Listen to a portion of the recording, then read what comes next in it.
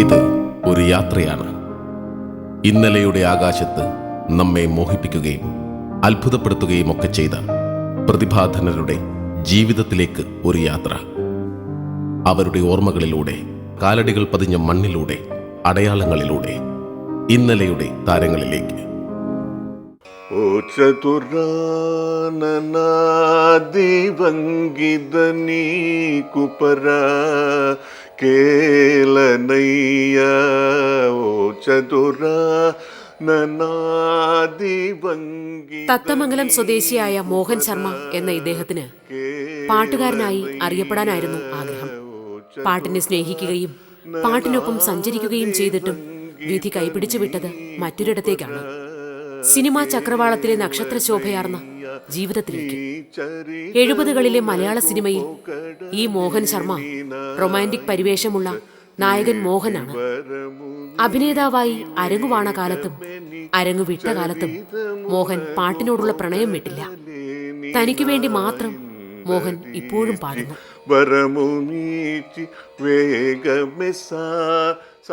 എനിക്കൊരു 10 വയസ്സുള്ളപ്പോൾ ഞാനൊരു ഷൂട്ടിംഗ് കാണാൻ വേണ്ടി പോയി. മറ്റേ ശിവാജി ഗണേശൻ്റെ, പുള്ളിക്കാരനായിരുന്നു അതിൻ്റെ നായകൻ. അപ്പോൾ ആ ഷൂട്ടിംഗ് കാണാൻ പോയപ്പോൾ ഉച്ചയ്ക്ക് നല്ല നല്ല വെയിലാണ്. അപ്പോൾ ആ സമയത്ത് ഞങ്ങൾ കുറേ പേര് ചെറുപ്പക്കാർ പോയി ഷൂട്ടിംഗ് കാണുന്ന സമയത്ത് അപ്പോൾ ഇദ്ദേഹം എന്നെ വിളിച്ചു. അദ്ദേഹം ആ ഷൂട്ടിങ്ങിൻ്റെ ഒരു ഷോട്ട് കഴിഞ്ഞ് ഇങ്ങനെ ഇരിക്കുക. അപ്പോൾ പുള്ളിക്കാരൻ നോക്കിയപ്പോൾ എന്നെ കണ്ടപ്പോൾ പുള്ളിക്കാരൻ ഒരു പ്രത്യേകം ഒരു എന്തെങ്കിലും തോന്നി. അപ്പോൾ എന്നെ വിളിച്ചിട്ട് ഒരു ചോദിക്കുന്ന രീതിയിൽ എവിടെ നിന്നാണ്, എന്താണ് ഇങ്ങനെ മറ്റേ വല്ല ഈ, അപ്പം ഞാൻ പറഞ്ഞു എവിടെ പഠിക്കുന്നു എന്നൊക്കെ ചോദിച്ചപ്പോൾ ഞാൻ പറഞ്ഞു അങ്ങനെയാണ് പഠിക്കുകയാണ്. അപ്പോൾ ആ വയസ്സിൽ വലിയ വിവരമില്ല. അപ്പോൾ ഇദ്ദേഹം ഒരു വലിയ മനുഷ്യനാണ്, ശിവാജി ഗണേശൻ എന്ന് പറഞ്ഞാൽ വലിയൊരു. അപ്പോൾ അദ്ദേഹം എന്നോട് ചോദിച്ചു, നീ പഠിച്ചതുക്കപ്പുറം നീ എന്നെ ചെയ്യ പോറേ എന്ന് ചോദിച്ചു. ഞാൻ പറഞ്ഞു, ഞാൻ ആ സമയത്ത് അവരെല്ലാവരും ചിരിച്ചു ഇത് കേട്ടപ്പോൾ. ഞാൻ പറഞ്ഞു, അപ്പോൾ എനിക്ക് നിങ്ങളെപ്പോലെ നടനാവണം, വെറുതെ അടിച്ചതാ. അപ്പോൾ പുള്ളിക്കാരൻ പറഞ്ഞു, ഇല്ല മുതല്ല പടി, നല്ല പടി. അപ്പോൾ അപ്പോഴാണ് എനിക്ക് ആദ്യം തോന്നിയത്, അപ്പോൾ ഞാനൊരു നടനാവാം എന്ന് എനിക്ക് തോന്നി. ഒരു നടനായി അറിയപ്പെടണമെന്നും സിനിമയുടെ ഗ്ലാമർ ലോകത്തെത്തണമെന്നും മോഹൻ ആഗ്രഹിച്ചു തുടങ്ങുന്നത് അപ്പോൾ മുതലാണ്. അഭിനയത്തെക്കുറിച്ച് കൂടുതൽ അറിയാനും പഠിക്കാനുമുള്ള മോഹൻ്റെ ദൃഢനിശ്ചയമാണ് പൂനെ ഫിലിം ഇൻസ്റ്റിറ്റ്യൂട്ടിൽ എത്തിക്കുന്നത്. അഭിനയത്തിൻ്റെ അക്കാദമിക് പാഠങ്ങളുമായി ഏറെ വൈകാതെ മോഹൻ സിനിമയിലേക്ക് കയറി വന്നു. കോളേജ് വിദ്യാഭ്യാസം കഴിഞ്ഞ് ആദ്യം എനിക്ക് തോന്നിയത്, ശരി നമ്മൾ ആദ്യം പൂനെ ഫിലിം ഇൻസ്റ്റിറ്റ്യൂട്ടിൽ ഒരു ആപ്ലിക്കേഷൻ അവിടെ ആക്ടിങ് കോഴ്സിന്. അത് ഞങ്ങൾക്ക് ഇവിടെ മദ്രാസിലായിരുന്നു ഇൻ്റർവ്യൂ. ഇപ്പോൾ ഒരു 350 പേര് ഉണ്ടായിരുന്നു, ഇൻ്റർവ്യൂവിലുണ്ടായിരുന്നു, ഇവിടെ വന്നിരുന്നു എല്ലാവരും. അപ്പോൾ അതിൽ എനിക്ക് മാത്രം എന്നെ തിരഞ്ഞെടുത്തു. എനിക്ക് അഡ്മിഷൻ കിട്ടി. അപ്പോൾ അതെനിക്ക് വിശ്വസിക്കാൻ സാധിച്ചില്ല, കാരണം 350 പേരോളം ഉണ്ടായിരുന്നു ഇവിടെ. അപ്പോൾ അതൊരു വലിയൊരു ബഹുമതിയായി എനിക്ക് തോന്നി, എനിക്ക് മാത്രം കിട്ടിയത്. അപ്പം അതിൻ്റെ ടെലഗ്രാം വന്ന ദിവസം ഞാൻ തീർച്ചയാക്കി ഏതായാലും ഗ്രാജുവേഷൻ കഴിഞ്ഞു, പോസ്റ്റ് ഗ്രാജുവേഷൻ ഏതായാലും ഫിലിം ഇൻസ്റ്റിറ്റ്യൂട്ടിൽ പോയി ചെയ്യാം എന്ന് തീർച്ചയാക്കി. ഞാൻ പൂനെയിൽ ഫിലിം ഇൻസ്റ്റിറ്റ്യൂട്ടിൽ ഉണ്ടെന്ന് ആദ്യമായിട്ട് അറിഞ്ഞ് എന്നെ ആദ്യമായി സമീപിച്ചത് ശ്രീമാൻ രാമു കാര്യാട്ടായിരുന്നു. നെല്ല് എന്നൊരു പടത്തിൻ്റെ പുള്ളിക്കാരൻ്റെ ആ സമയത്ത് പുള്ളിക്കാരൻ പ്ലാൻ ചെയ്തിരുന്നൊരു പടമാണ്. അപ്പോൾ അതിനുവേണ്ടി എന്നെ സമീപിച്ചതാണ്. അപ്പോൾ അത് എനിക്കൊരു വലിയൊരു ഒരു വരപ്രസാദമായി തോന്നി. മാരനെ മല്ലനെ കൊണ്ട് കെട്ടിക്കണമെന്ന് ഞങ്ങൾക്കും വലിയ ആശയുണ്ടായിരുന്നു. അവൻ തന്നെ നെല്ലുമായി പെണ്ണ് ചോദിക്കാൻ വന്നിരിക്കുന്ന കണ്ടില്ലേ? എൻ്റെ ആദ്യത്തെ പടം റിലീസായത് പണിമുടക്ക് എന്ന പടമാണ്, PN മേനോൻ്റെ. മേനോൻ സാർ ഇതുപോലെ പറഞ്ഞു കേട്ട്, കാര്യാട്ട് സാർ ഇങ്ങനെ ഒരു വിദ്യാർത്ഥിയെ അവിടുന്ന് ഫിലിം ഇൻസ്റ്റിറ്റ്യൂട്ടിൽ നിന്ന് കൊണ്ടുവരുന്നതിന് അതിനെപ്പറ്റി ഇവിടെ പലരും ഈ പത്രത്തിലെല്ലാം എഴുതാൻ തുടങ്ങിയപ്പോൾ മേനോൻ സാർ എന്നെ സമീപിച്ച് അങ്ങനെ പണിമുടക്ക് എന്ന പടത്തിൽ ആണ് ആദ്യമായിട്ട് ഞാൻ മലയാളത്തിൽ വരുന്നത്. 1971 അതായിരുന്നു എൻ്റെ തുടക്കം മലയാളത്തിൽ. ഒറ്റയാളത്തിന് കാണില്ല വിളിച്ചാൽ എവിടെ പോയി കിടക്കാണ് നിങ്ങൾ? പണിമുടക്കം നെല്ലും റിലീസായതോടുകൂടി ഞാൻ ബിസിയായി മലയാളത്തിൽ. രാമു കാര്യാട്ടിന്റെ നെല്ലും PN മേനോന്റെ പണിമുടക്കുമായിരുന്നു മോഹന്റെ ആദ്യകാല ചിത്രങ്ങൾ. അഭിനയശേഷിയുള്ള ഒരു നടന്റെ വരവറിയിക്കലായിരുന്നു ആ ചിത്രങ്ങൾ. സിനിമയിൽ മോഹന് തിരക്കുകളുടെ കാലമായിരുന്നു പിന്നീട്. ചട്ടക്കാരി എൻ്റെ റോള് എന്നോട് ഞാനുമായിട്ട് സേതുമാധവൻ സാറ് ഇത് ഡിസ്കസ് ചെയ്തപ്പോൾ എനിക്ക് ഒരു കാര്യം അത് തോന്നി. അതിൽ ഈ ഇംപ്രവൈസേഷൻ എന്ന് പറയില്ല, അതായത് സ്ക്രീൻ പ്ലേയിൽ എഴുതി വെക്കാത്ത ഒരു സംഗതി.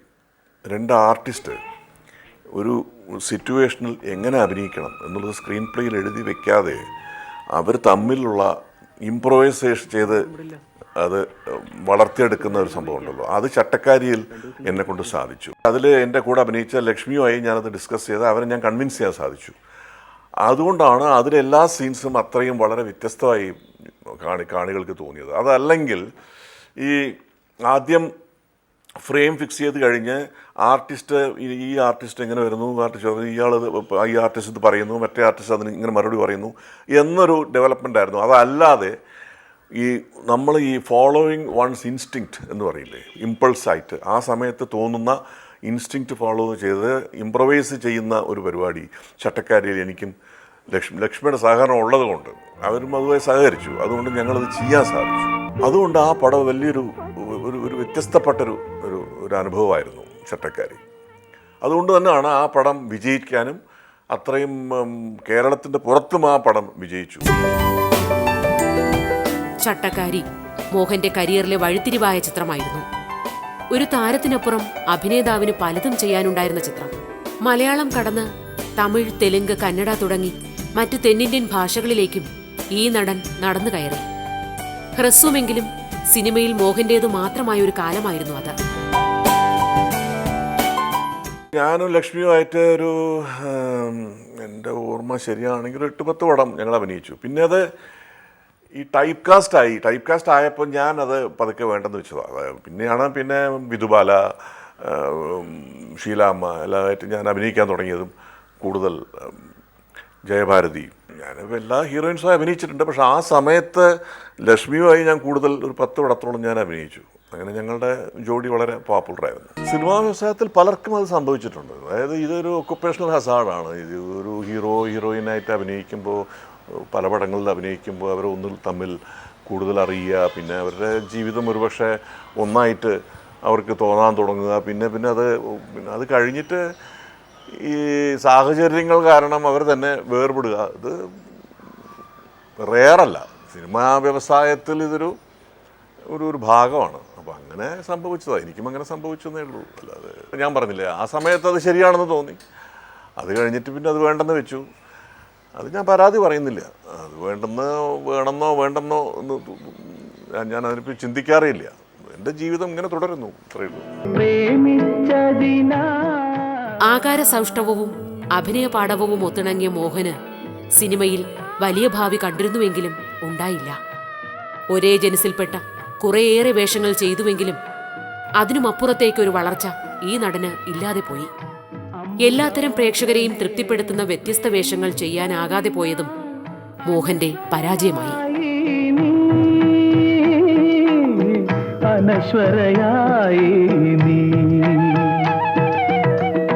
എനിക്ക് ആക്ഷനിൽ വലിയ താല്പര്യം ഇല്ലാത്തതുകൊണ്ടാണ്. അതാണ് ഒരു കാരണം. അന്ന് ശശികുമാർ, AB രാജ് ഇവരൊക്കെ ആയിരുന്നു ആക്ഷൻ ഫിലിമിൽ കൂടുതൽ. അപ്പോൾ എനിക്ക് അത്തരത്തിലുള്ള റോളുകളിൽ വലിയൊരു താല്പര്യം ഇല്ലായിരുന്നു. പണ്ടേ അതല്ലാത്തൊരു അങ്ങനെ ഒരു സ്വഭാവക്കാരനാണ്. അപ്പോൾ കൂടുതൽ ഈ റൊമാൻറ്റിക് റോളായിട്ട് വേണം എന്ന് ഞാനും ആവശ്യപ്പെട്ടതല്ല. പക്ഷെ എനിക്ക് കിട്ടിയത് ആ ടൈപ്പ് റോളുകളായിരുന്നു. അതിൽ കൂടുതൽ ശ്രദ്ധേയനായതുകൊണ്ട് അത്തരത്തിലുള്ള റോളുകൾ തന്നെ എനിക്ക് കുറേ പടങ്ങളിൽ ഞാനത് ചെയ്യേണ്ടി വന്നു. റൊമാൻറ്റിക്കായിട്ടുള്ള ഈ ക്യാരക്ടേഴ്സ് മാത്രം അതുപോലത്തുള്ള ക്യാരക്ടേഴ്സ് മാത്രം. അപ്പോൾ എനിക്കൊരു ചെറിയൊരു ഡിസിലൂഷൻമെൻറ്റ് ഒന്ന് പോലെ തോന്നി. കാര്യം ഈ അഭിനയിക്കുക എന്ന് പറഞ്ഞാൽ വൈവിധ്യമുള്ള മറ്റ് വ്യത്യാസം ധാരാളമുള്ള ഈ ഡിഫറെൻറ്റ് ക്യാരക്ടേഴ്സ് അഭിനയിക്കണം എന്നൊരു ഇത് എപ്പോഴും ഉണ്ടാവും. അപ്പോൾ അതിന് അവസരം മലയാളത്തിൽ കുറഞ്ഞു. ആ സമയത്ത് ഞാൻ ഈ ഫിലിം ഇൻഡസ്ട്രിയിലൊരു എന്തെങ്കിലും ഒരു ചുമ്മാ ഇരിക്കാൻ വയ്യ. അപ്പോൾ അഭിനയം കുറഞ്ഞു. അപ്പോൾ ഞാൻ വിചാരിച്ചു പ്രൊഡക്ഷൻ ആവാം വിചാരിച്ചു. അങ്ങനെ ഒരു എൻ്റെ പ്രൊഡക്ഷൻ കൺസേൺ കമ്പനി തുടങ്ങി. അതിലൊരു 15 പടം ഞാൻ പ്രൊഡ്യൂസ് ചെയ്തു.